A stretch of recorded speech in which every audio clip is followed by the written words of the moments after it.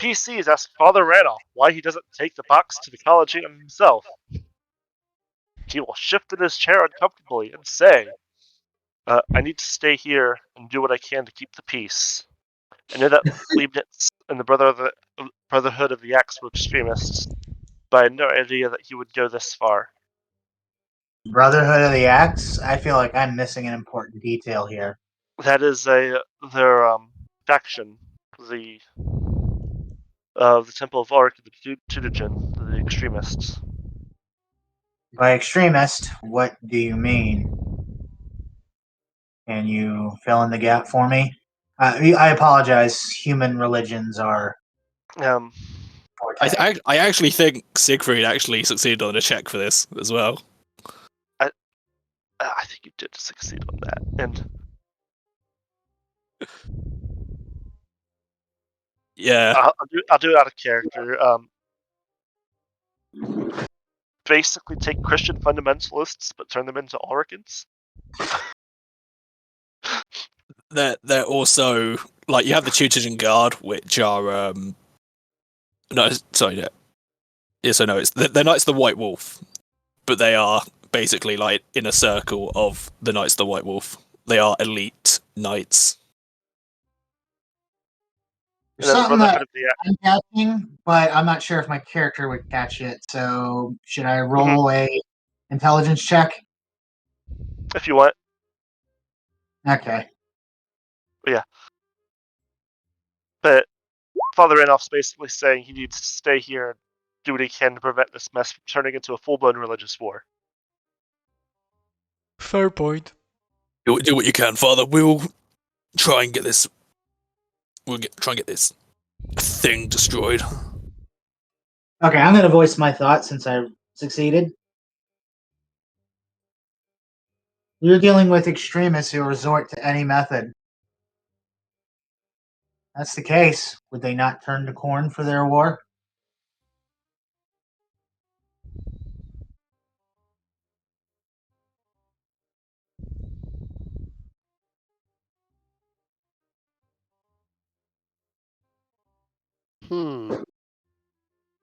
If they're desperate enough, maybe. That's exactly what I think. They want the war. Let's get this thing destroyed, and then we'll see what happens here. If he returns to normal, then fine. It's the night, yes, or like evening? Yes. And Father Randolph insists that it must be taken immediately. Yeah, that's what I was thinking. Even though that Watch Commander has placed the entire city under a curfew. I look. He seems afraid that something terrible will happen if it's not destroyed immediately. Well, yeah, I'm hearing that hint. Right now. I look at Kate. I mean, I think between the two of us, we can sneak our way through and sneak the rest of the party too. First, I'd like to get out of these stuffy ass high elf clothes.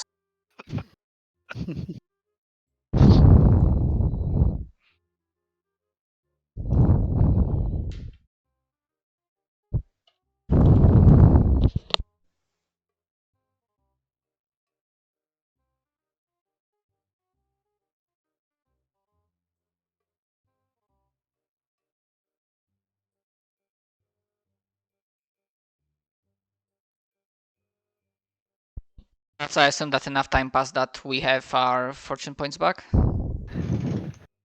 Yes. I think that was like an entire day that we had to wait before the trial, so yeah. I was like, I thought it was like 3 days. You guys went and did the stuff on day 1. Then you had day 2, and then day 3 was the trial. Yeah, so yeah, we have our fortune points back. And then it's getting into day 4. As a matter of fact. Yeah, so I take it we move into action, as in we take the box and try to find our way, sneak our way through the city to Collegium. Have to stick to the back alleys. Zach, do you also want me to roll? Or is Kadra like designated scout for the entire party? I will let you choose. I mean, I won't have better modifiers than Kadra. Actually, yeah, actually my silent move is 73. Although Shit, that's pretty fucking good. actually, and Jesus. my concealment is 63. Aren't you just fancy? Okay, let's try it.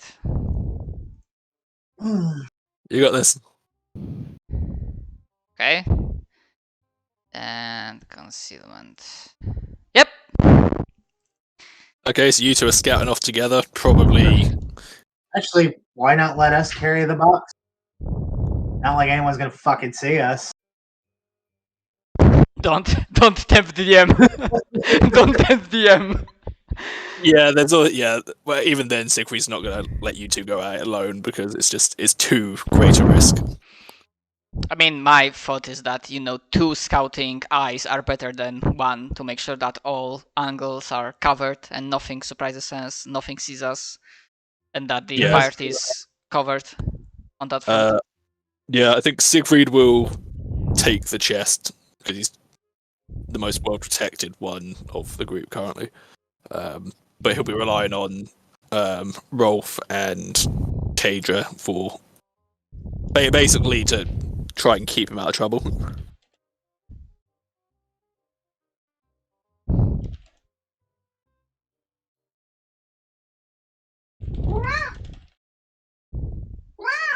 Yeah, pretty much.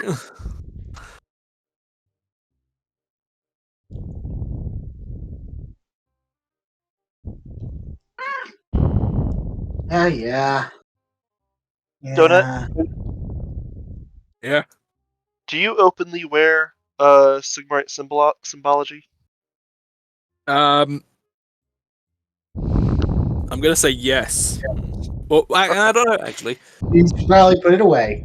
I mean, we are smart enough to know that after what happened at the trial, it's like, yeah, we probably should hide it. His shield has Reichland livery on it. Oh, I right, don't. this thing. His shield has Reichland sort of livery on it. But I don't think his armor is anything specific. Yeah, of you course- filed that shit off. Yeah, basically, he hasn't got around to customizing his armor yet. And at least not Julius and his shield. Yeah, at least. But yeah, I think it's only really the Reichland sort of colors on his shield. It's not Right. necessarily Sigmar Sigmarite. specific. Yeah. Yeah, pretty much. He only has the amulet and he keeps that sort of tucked in his armor.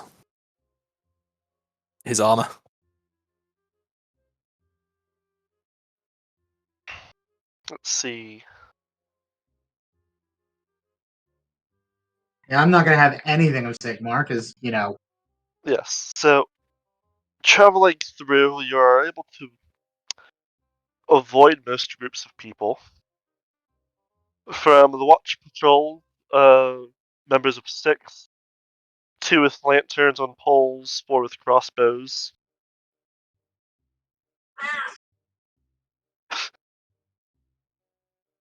The PCs must either avoid the city watch or convince them that they are exempt from curfew. If they still have their side warp, Commander shoots them. This will help them a great deal. Thank Wait, God what? that thing isn't dated. Yeah. You get spotted by guard. God. Who would have thought that little tiny piece of paper would be relevant the entire damn campaign? Yeah. Like, every time it mentions the watch, they bring up that piece of paper. That's one hell of a Chekhov's gun. Yeah. In addition to patrolling the streets, the watch has set up a perimeter around the Temple of Sigmar, as well as the Temple of Auric. In addition, you see groups of thugs that 3 or 4 heavy-set individuals moving about every so often.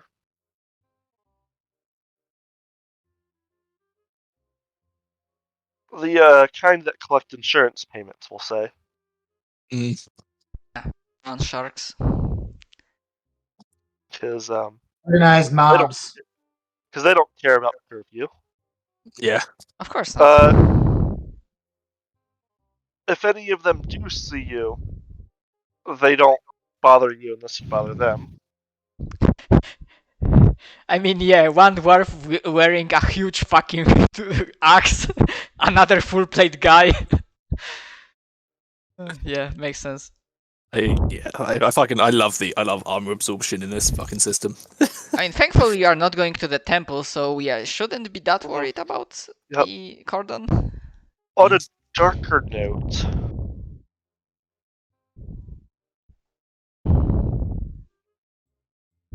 there is activity that is what the curfew is meant to prevent happening. Riots, I'm assuming.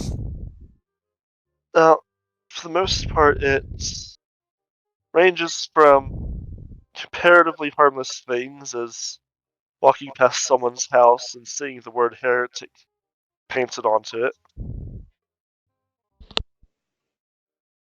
to homes being burnt down and people being lynched.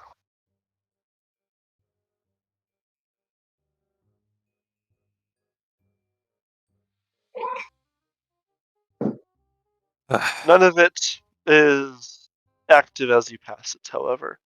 Okay, it's the aftermath. Mm-hmm.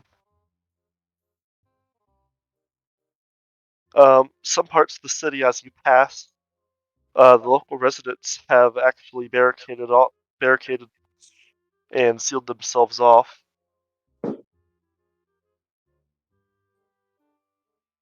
Which is technically in defiance of the curfew, but the watch has decided that they have more serious concerns than people trying to protect themselves.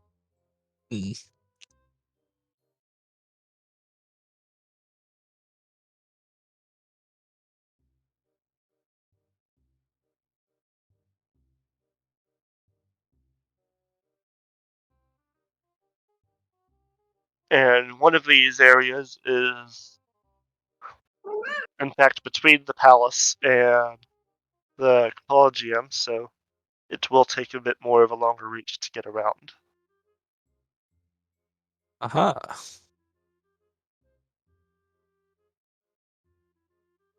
Well, I suppose we'll just have to go with what we.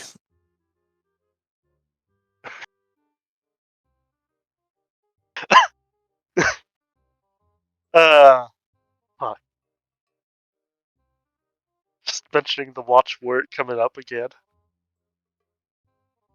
I shouldn't say that because that's something that you could use now, but once you've reached the Collegium Theologica, there is two main issues. One, closed for the night, and two, they have extra guards posted at all the entrances. Great.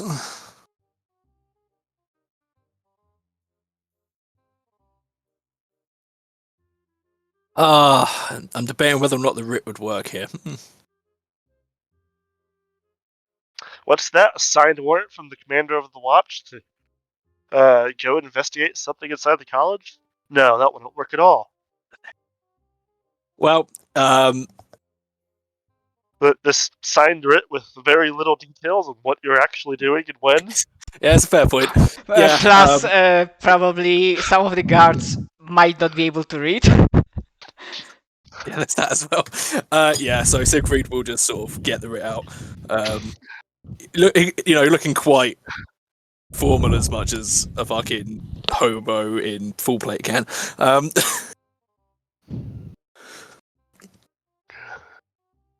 And essentially hold up the writ. I go, we need access to the we need access to the Collegium.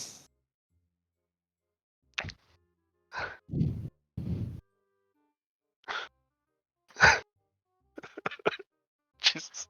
Like, what the fuck? Like, every time. It's like, well, there's some guards here. But you can just show them this warrant and go ahead and get past. Jesus Christ. Yeah. They give you a bit of hassle, but for the most part, they are actually mostly ex-watchmen who have retired and are just guards in their retirement.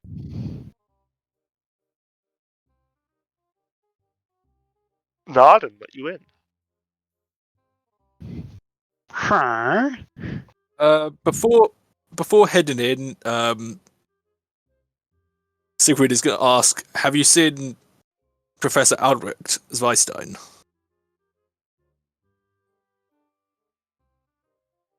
Our business concerns him.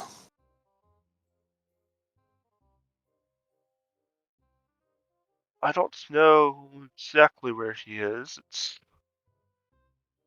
Honestly, it's quite like a maze in there. Much appreciated. We'll try and find them as Siegfried heads inside. Have you ever been to a Pandemic just turned off my computer. more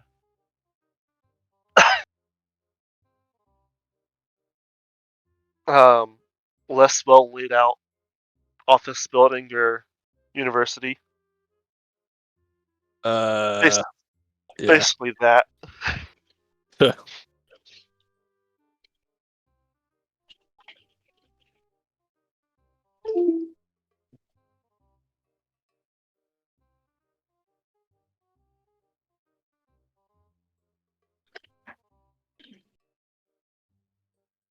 Well, it's giving.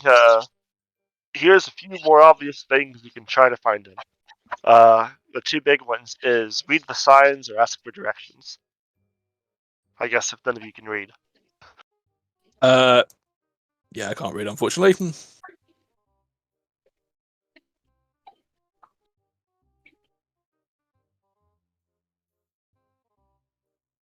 So yeah, it would just be a case of asking for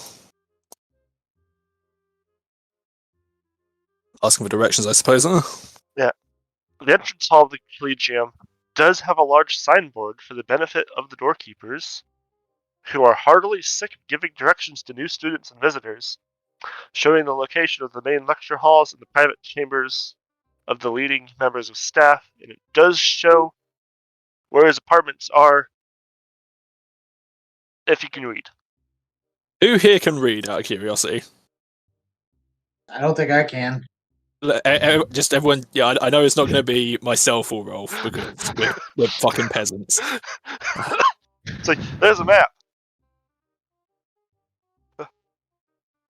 Well, you need someone to read and write. Yes. He's not the person you want to ask if he can read and write. Can Kadra read all right? Read and write. Does he No. have the skill? Okay, well, yeah, it's gonna be. We're gonna have to ask people then in that case. So Siegfried will go around asking people if they know where Professor what's their face is.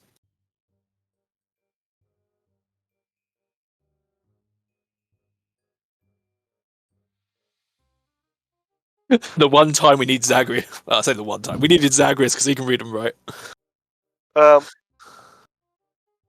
What is... Well, the people that could lead you are more of the guards, like, outside. Because they patrol the inside as well. Yeah. And what do you tell them the reason that you need to go to this one professor's private chambers at 2 in the morning? They may have crucial information related to our investigation, and that's really all Siegfried's gonna say, hoping the writ does the rest. You don't need to know anymore. Yeah. I'll need a charm check. Because the guard's asking, well, why can't this wait till the morning? Ah, fuck. We're screwed. Charm check is minus 20. I've got bad news. My charm is 20. Ugh. Well, Oh, you'll pass it on a 1. fuck. Fuck.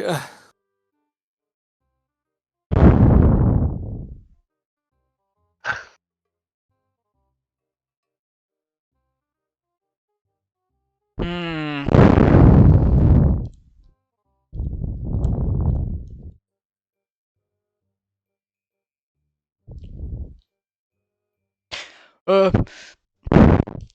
It is a matter of utmost importance. It is literally a matter of life and death. For a lot of people. Which technically is the truth. Well, I mean, it is the truth. I mean, my charm is not that much better, but would that allow me as well, or do you? Okay, Yeah. go ahead. It is still at minus 20. Yeah, but that means my target number is 15, not 0.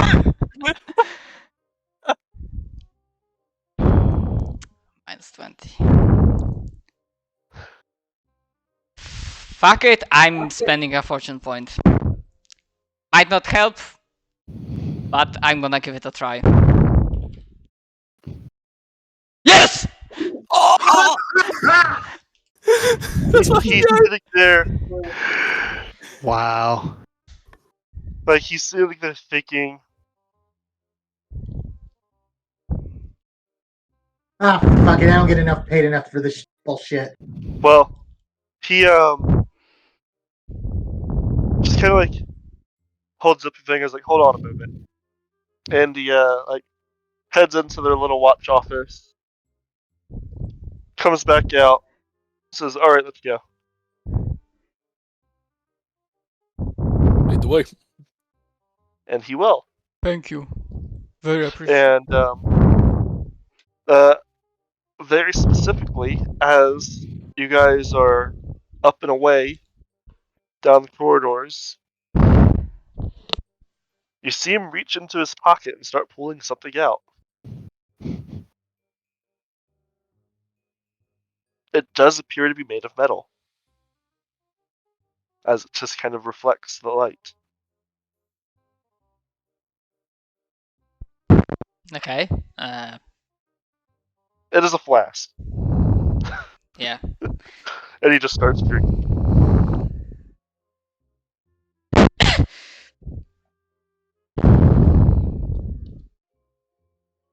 He figured, you know what, screw it. Good chance to drink on the job. Without getting in trouble. Makes sense. Makes sense.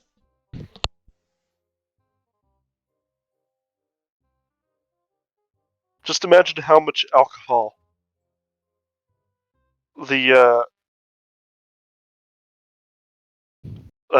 security of a college would have confiscated. No, Jesus. But other than that, is he actually leading us to? Yes, he is. Nice. And he takes you right up to this door and is like, knock bangs on it for you guys and steps to the side.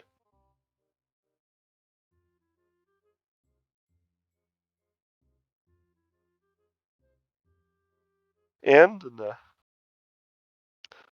matter of an older guy being waken up at 2 in the morning to someone banging on his door,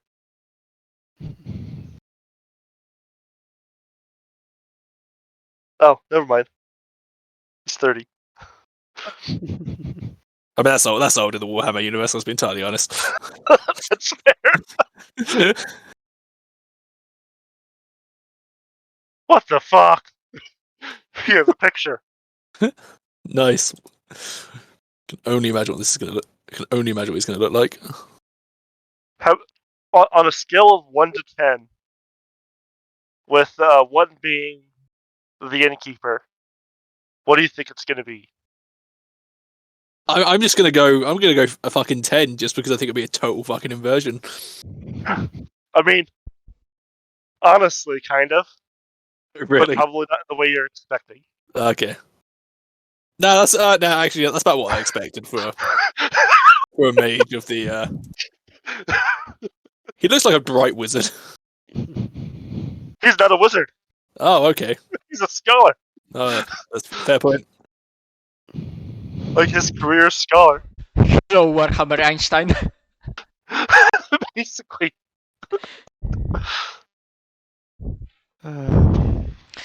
So, Donut, your charm is literally 20? Yeah, I don't have it trained. Oh, okay. I've got a fellowship of 40. Yeah. But as you knock on the door, or as the door is knocked on, it's actually a rather quick response. He opens the door and invites you in, and he is rather well dressed and in a brisk, business-like manner for this hour, and invites you in. Thank you. My most sincere apologies, Professor, for disturbing you at this night, but this is literally a matter of life and death. Father Radolf sent us with a rather important task. Hurry up, what is it? Siegfried sort of grabs from wherever he stored the chest thing. You hand him the note too? Yeah. I'm assuming. Yeah, right. just hand it all over to him. He takes the note, clears some books off his desk, and tells you to put the chest there. Siegfried does that. He reads the note,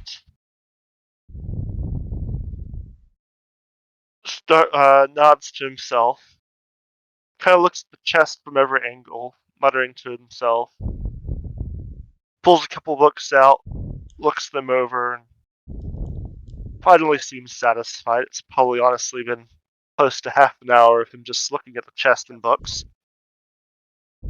Good. This looks fairly standard. I take it the object is inside, and the purpose of this chest is to render it inactive? Yes, very well then. Yes. Let's have a look inside. And he just kind of turns it to himself, opens it carefully, and then raises a quizzical eyebrow. He looks up to you, and assuming Siegfried's in his Oh front my and center fucking position. god. You brought this straight from Father Randall. Yes. You are absolutely sure that no one else has had the opportunity to interfere with it. We received the chest from Father Radolf, and as soon as we received it, we headed out. Yeah, we wouldn't touch the damn thing, not after what we had to deal with. Well, then perhaps you could explain why there is a severed human head in here instead of a carved brass skull. What? Oh, for fuck's sake. Inside the chest, the professor is not mistaken. Worse still, you recognize the head. It is that of Johann Opfer, the star witness from the trial. Of course it is. I swear to Sigma, I'm going to burn the Temple of Ulrich down. Huh?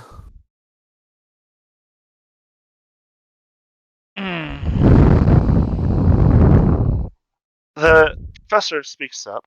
I recognize this man. He gave evidence at the trial this afternoon. Yes. It wouldn't surprise me that the deputy high priest was pushed to his ridiculous accusations as a direct result. I would certainly like to see that icon he claims as proof of his ravings. Given that this chest was formerly in his possession, and he has ample reason to wish the unfortunate man dead, I think we can assume that he put the head in here. Perhaps after it was brought to him by some hired assassin as proof that his orders had been carried out. Regardless of that, however, it is certain that the brass skull referred to in this note is not in the chest, which means, of course, that it is somewhere else. Since the deputy high priest was the last person known to have charge of it, we must assume that, for now, that it is still in his possession. Having taken it out of the protective chest, it seems likely that he intends to use it somehow, and sooner rather than later. Was he still in the palace when he left it? As far as the two priests in charge here were dragged off to separate rooms because, understandably, the priest of Sigma tried to strangle him.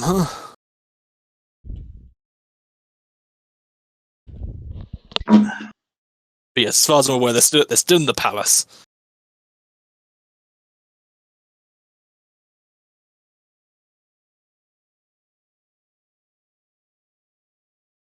Do you think Father Raloff was aware of what? I do not think Father Raloff was aware then in that case. Given the note he written, likely not.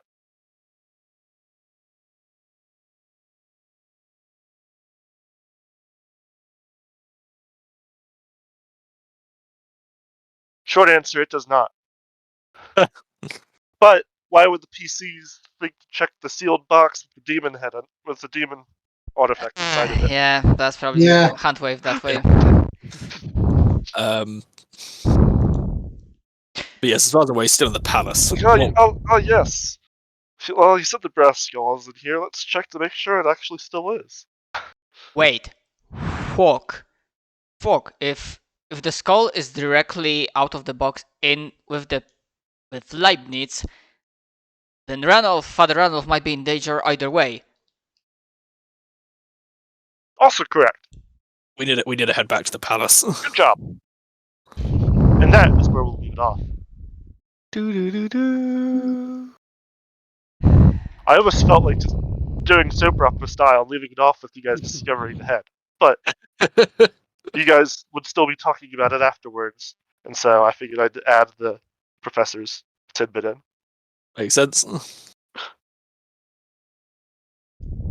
Yeah. But yes. Well, do you think he's possessed now? Now he fucking is. Oh yeah, no doubt. Now he fucking is, but well, it's question mark.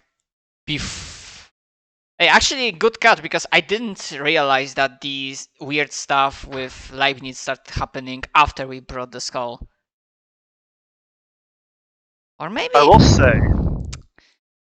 Although, it feels like...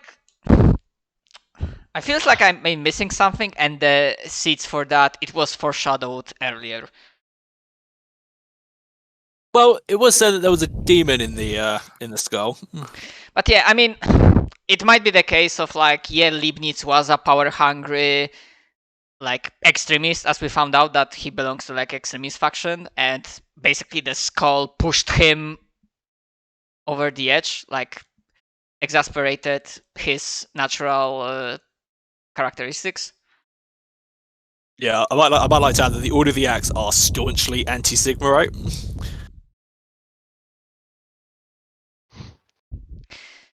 Yeah, fucking hell. I will say, the correct theory has been said.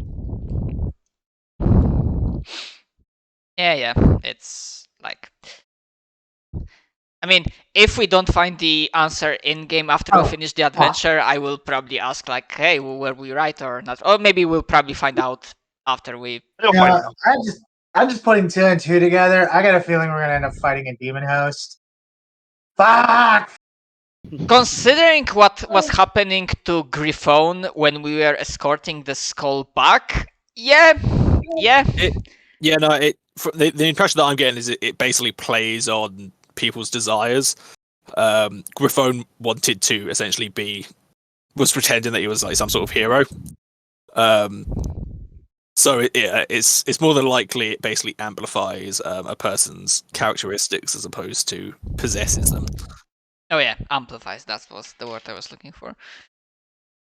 Yeah. Because let's face it, the dude.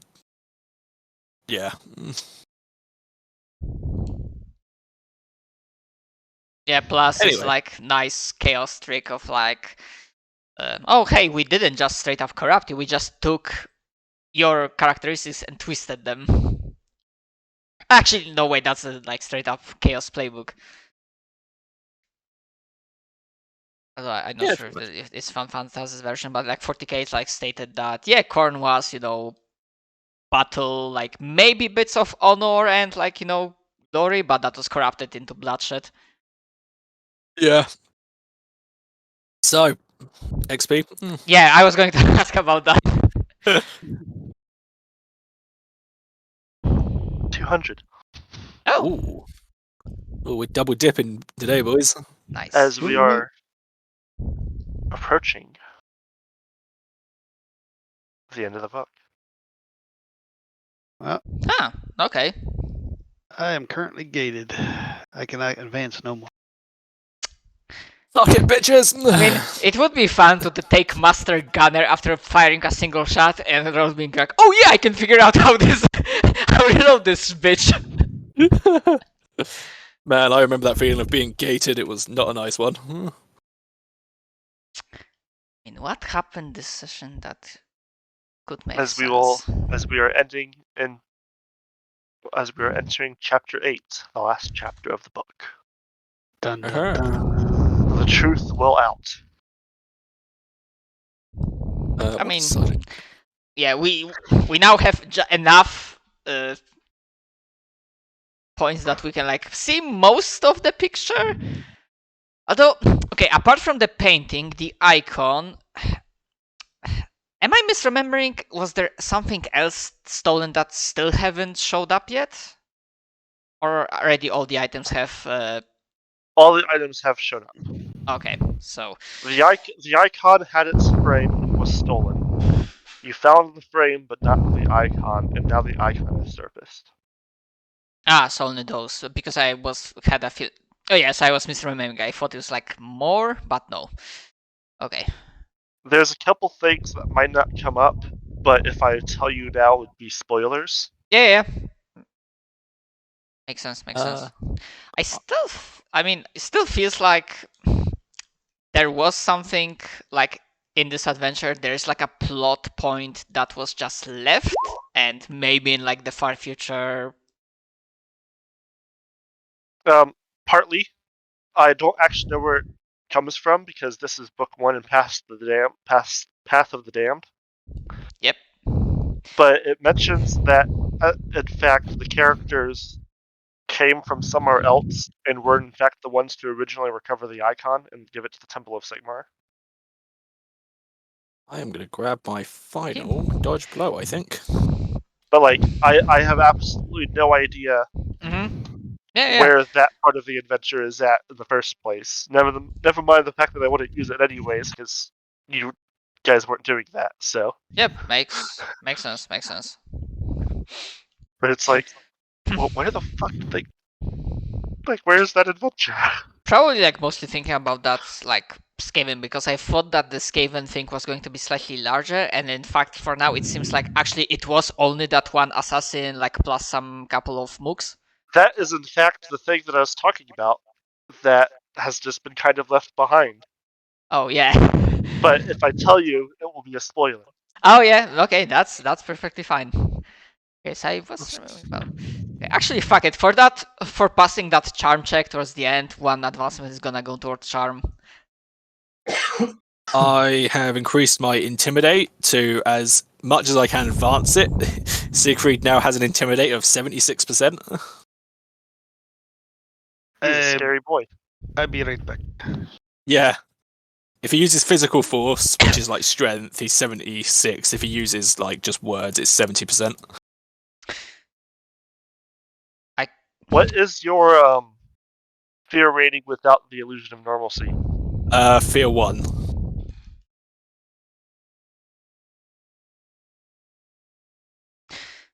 Because you can intimidate people in combat. And Oh wait, no, so wait, without the so yeah, the illusion of normality is fear 1, but everything else is fear 0. Oh. Yeah.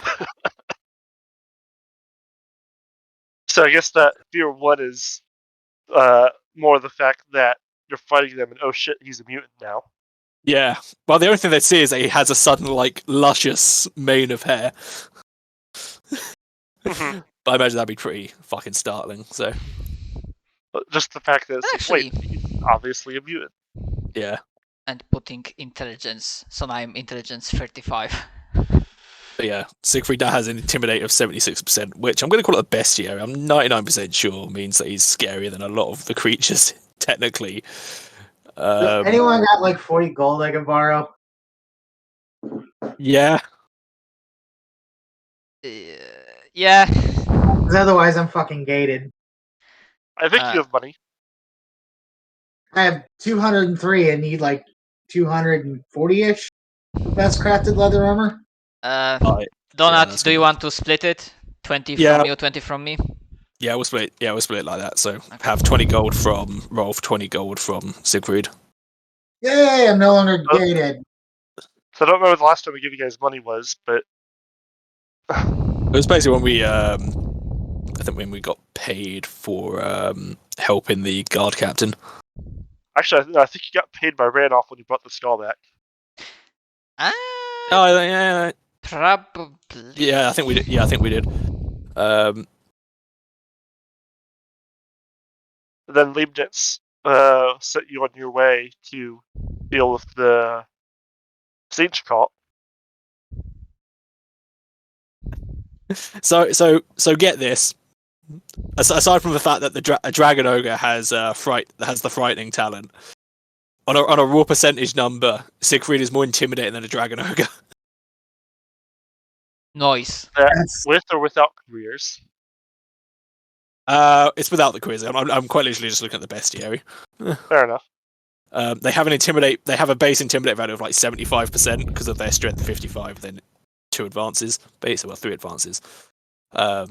Siegfried has 76%. Nice.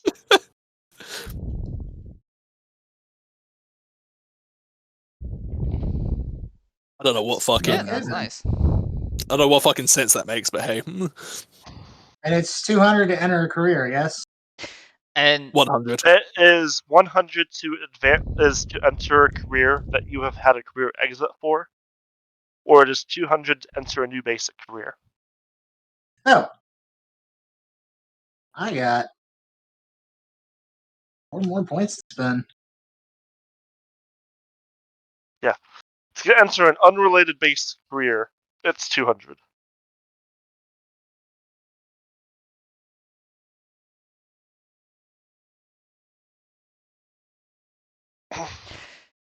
yeah, I'm just like not sweating for the next career because I still have like quite a few things to get, and the equipment I need for Master Thief is like 135 gold in total. I will say, at the level that we're getting at, I will probably either end the campaign once you guys get your mutations fixed, or send you on one more thing. Sure. Yeah. I mean, to be fair, I was thinking that was gonna happen because the shit itself has only like room for 5 careers, and Yeah. And then, like, I'll basically, once we get to that point, be like, you guys want like one last hurrah with the super overpowered characters, or something else. And with that, I'll be fine still running just new characters kind of thing. Yeah, no, that's fair. And then if we wanted to do a different system, or if we like wanted to like do a 40k game, for instance, or something like that. Yeah, I know that I think 40k's piqued our interest a bit, so it could be could be a fun time to do that after what we've done here. Could always eventually come back to fantasy and have it be like Siegfried's Might Mercenary Company. Bunch of characters from that be the new party. Yeah, that could work. or like I don't. I mean, do you have like? I know there are like 2 adventure books. Like they offer like different starting points. For example, like if you wanted to play all dwarf party, there's the Karak Klag, like basically like super dungeon module. Yeah. There's a Bretonian module.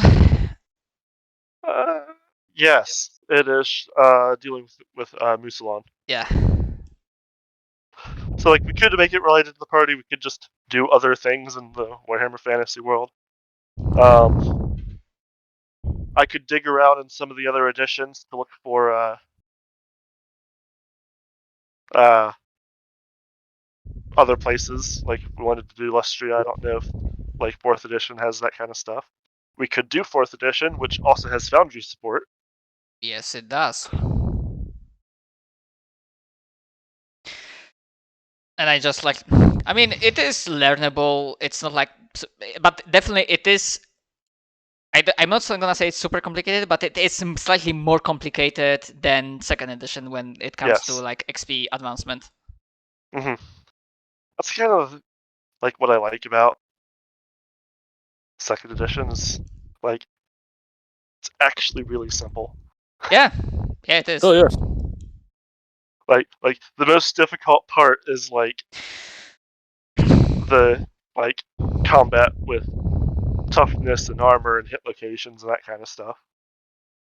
I mean, thankfully the Roll20 sort of automates that. Thankfully. Yes. I have yet to test it, but Foundry might even have like a better automation because like so far the modules I have for 5th edition D&D, like if you set it up properly, you can automate a lot of things and it like smoothens out combat. So I imagine, I would hope the 4th edition might have something similar.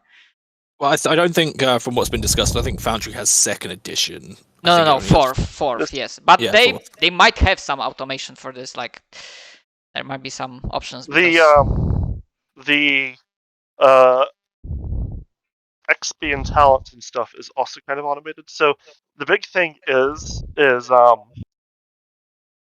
4th edition,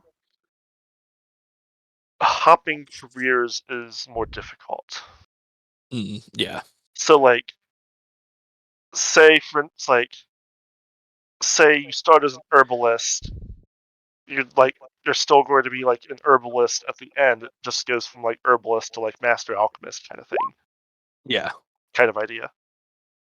But like, it's a lot harder to just say go from peasant to champion. Yeah, I can certainly imagine that. Which I kind of like. I get why they did it that way, because in itself, with that kind of character idea, it's easier. But then we don't have like the story of the peasant that went and became a champion. Yeah. Yeah, I think after the Warhammer Fantasy stuff, I think it'll be probably more up for 40k. I'm curious about Rogue Trader. It's not something I've played before. So. Doing a 40k game, I do think that Rogue Trader would work best for the party. Yeah, I play Dark Heresy, All New War, and have yet to play Rogue Trader, so yeah, I'll be down as well. I've played Dark Heresy, Death Watch, and Black Crusade. Oh yeah, I guess I also DM'd one shot of Death Watch. Didn't play Black Crusade. Is it a similar career system in Rogue Trader, or? So, to 2nd edition, no. Okay. It is similar to the other 40k systems. Okay. So what it is basically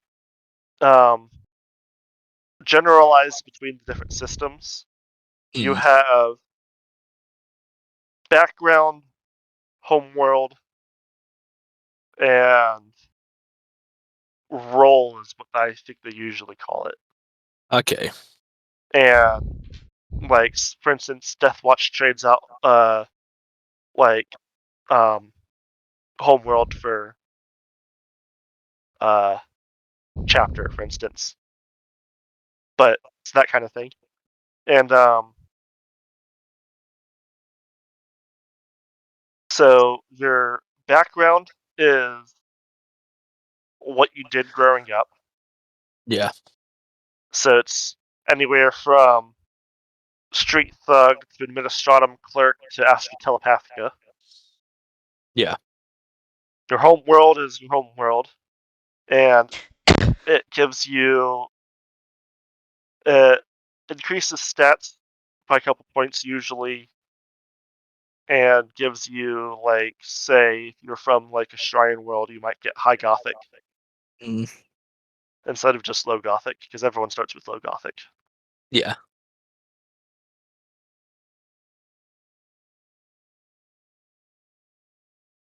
Roles are classes. Okay. For the most part, like for instance, Dark Heresy, you then have advanced roles, which you have to buy with experience. Mm. In that case, it's Inquisitor, Psyker is an advanced role, that kind of stuff. Yeah. Rogue Trader, one of the base roles is, in fact, a Navigator. So That you makes would sense. then have psychic powers through that. Makes sense. Of note, Rogue Trader does have Xenos that you can make as characters. Okay. Rogue traders. And I might have said this before, but my idea behind that as well is I'd let you guys start making second and maybe third characters as you grow your Rogue Trader empire. Yeah. So, Could be like, fun. you would all have to start as humans. But, like, say if you guys eventually recruited some Kroot mercenaries, you can make a Kroot mercenary character. Yeah, that could be quite nice. We could have, because we could then, if we need, more low risk stuff, we could send less experienced characters, which therefore means it's not a pain in the ass to balance. But so you could have like your high level like the Rogue Trader, but like once the Rogue Trader has what 30 ships and like 3 or 4 planets, he's probably not the one going on missions anymore. Yeah. And like it still has rules for that, and so we can still like do that kind of like do stuff with them, but then like have the Rogue Trader send this group to go do it. Yeah. It would at that point it'd be a matter of scale. If anything major scale would be handled by the rogue trait, the original characters, while anything less than that would be the other characters. Yeah, definitely. And so, but then if you guys get to the point where you are in a conflict, like in like a war, I can go pull up the only war rules, and like for the mass combat rules it has in there and that kind of stuff. Hey. If you guys decide to go Chaos, I can go to Black Crusade and grab the Chaos rules for the corruption and infamy and that kind of stuff. Deathwatch also like has like horde rules. Fighting hordes is fun. If you are not strong enough, they fucking eviscerate you. Yeah, see, when I hear the word horde in the context of 40k, I just think Tyranids, and that fucking scares me. I mean, yes, but like from the top of my head, go ahead. I know there's out there. I don't remember where. It might be in the Deathwatch books. Yeah, I don't Deathwatch. actually remember where statted Tyranids are. Probably Deathwatch as they're like one of the enemies, but essentially, long story short, let's say the HP of Horde is in magnitude. So let's say you are fighting magnitude 50 Horde. If you are in melee, that's 5 melee attacks per round going at you. And I don't remember, I think melee attacks just automatically hit you. I forget for Horde attacks. They might. But that's also everyone. Yeah. And plus, Rogue Traders Hordes use... also have ranged attacks. Yeah.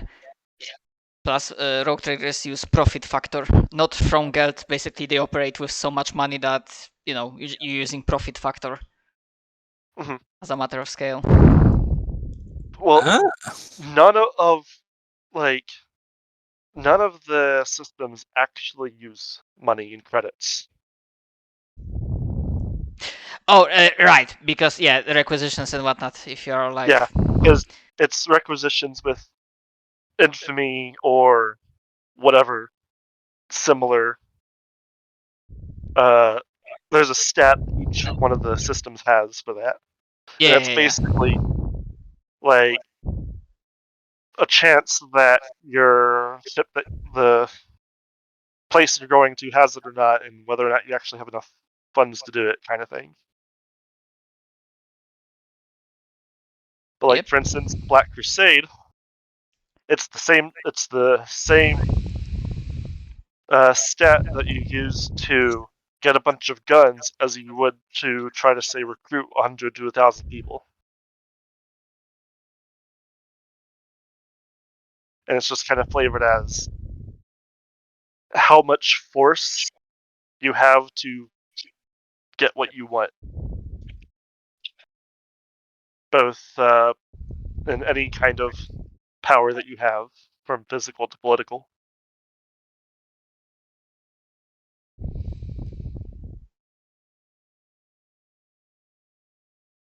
Yeah. The fun thing is it's all the same system mechanically. It just differs on how the characters are made and built. Yeah, it's easy to convert and borrow. So, like, I could go pull up Deathwatch rules, make myself a Space Marine, and then throw it at you guys. I mean, yeah, that's what I did. Like, Dark Heresy Ascension just took hordes from Deathwatch and threw it at Inquisitors. Mm-hmm. Just fucking hell, high level Dark Heresy is also just silly, unoptimized, unbalanced as Pathfinder. Dark Heresy 2nd Edition. The best gun with the right talents is a sniper rifle. Because it will do the most damage. Now, Donut. Yeah. No, don't answer, Matt. Donut. What is the best range to use a sniper rifle at? I think I overheard this conversation before, so I'm gonna go with close. I'm gonna go with close range. I understand what you're saying. It is, in fact, point blank range. Yeah. Yeah. Yeah. No, So, I think the talent for snipers gives you bonus damage for every degree of success, which is for every 10 you roll over the thing.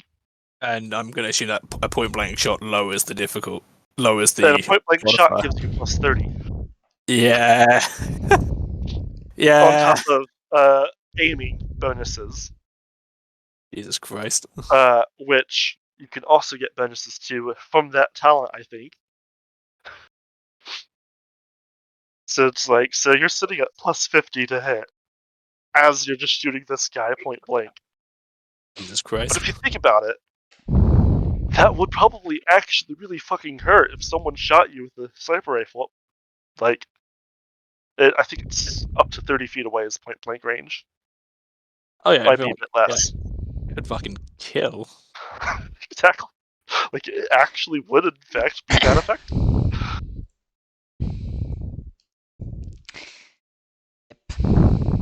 The big key thing that balances high-level combat back out, and this is armor and toughness. There's still armor and toughness in these, but you also get into power fields, which can basically just negate hits but have a risk of burning out. Yeah. And remember, watch out for the purple orcs. I think I'm currently downloading the Rogue Trader core rulebook. Let's have a look at some of the stuff in here.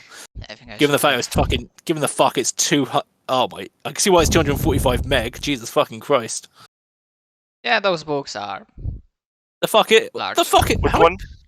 This is the core rulebook for Rogue Trader. It's mine's only 112 kilobytes. It's gonna be fun. Well, 112,000. My bad.